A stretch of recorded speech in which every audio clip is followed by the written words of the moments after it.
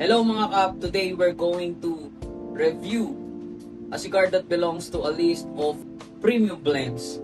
This is made by AJ Fernandez Factory, the Man of War Abomination. You're watching El Katipan Cigar Review.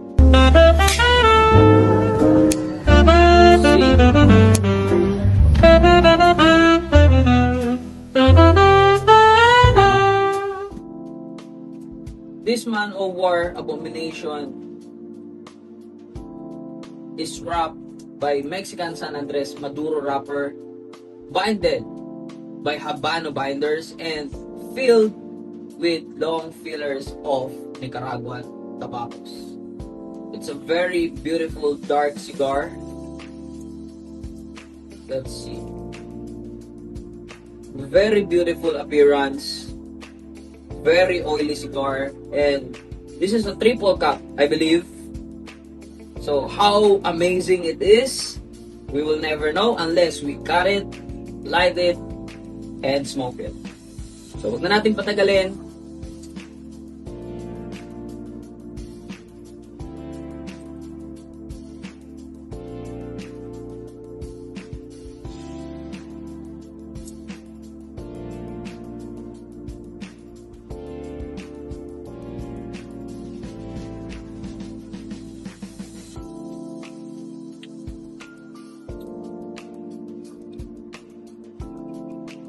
Earthy flavor, good draw.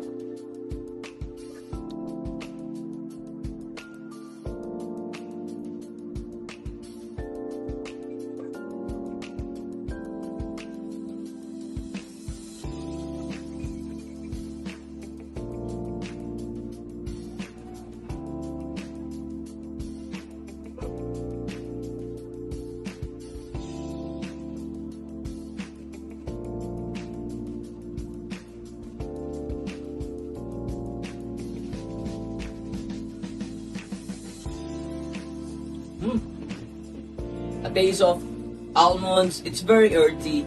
Taste of almonds. What is this? Is this caramel? In the retro hill?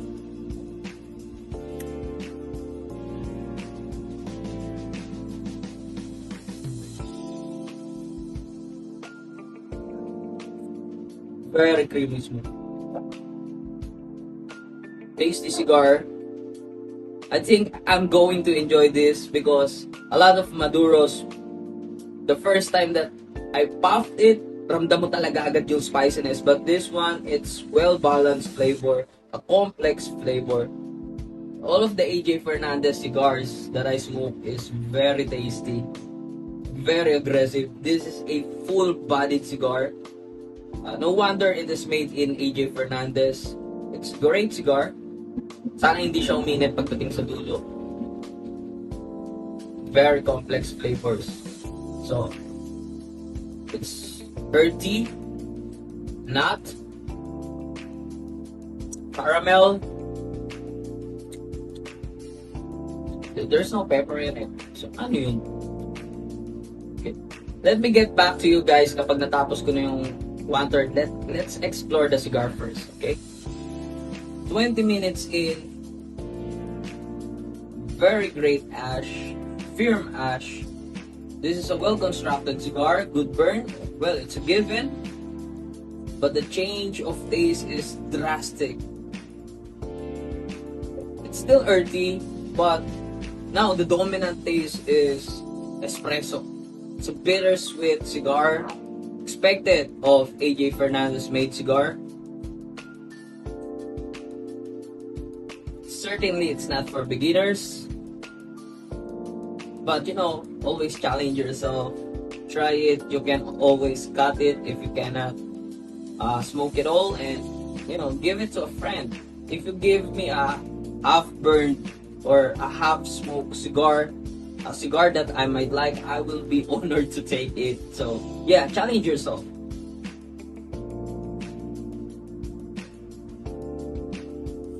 It's easy to smoke, by the way.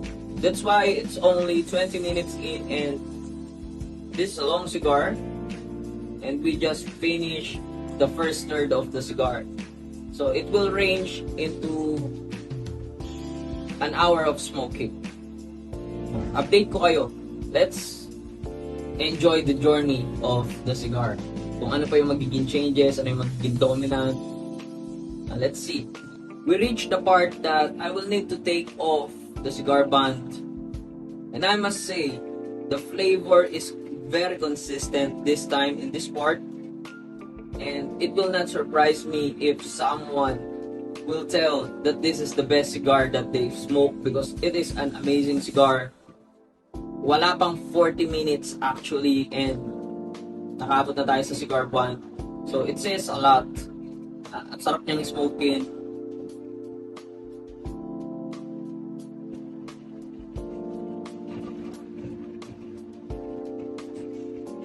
Lots of flavor.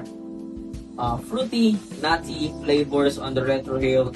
So yeah, let's see how far we can take it. I'll get back to you guys before we finish or before I end the video. Time check, it's 3 a.m. na. So it's been an hour na. Bumagal yung face ko sa pagsisigar. If you really want to have a good night's sleep, as in a deep sleep, I suggest you hit this. I would finish it kung nasa bahay lang ako, but I'm not. Kailangan ko pang bumiyahe. So, this is where we end. Its consistency is magnificent. The flavor from start to finish. The espresso was solid. Earthy flavor, nutty and fruity. I think that's a berry. I don't know what berry is it, but you can taste a sweetness in it kapag ni Retrohale mo. And yeah, talagang nakakabangingi siya, nakakaantok siya. It's a good night cigars to smoke. Well, check El Katipan Cigar Shop, and happy Father's Day. Hindi pa tapos, nagsisimula pa lang ang Father's Day. So kung gusto mo regaluhan ang iyong tatay, ang iyong asawa, ang iyong anak na tatay na rin, this is a gift that will really make their day. So this is El Katipan Cigar Review, Man O' War Abomination. See you again, guys, for our next episode.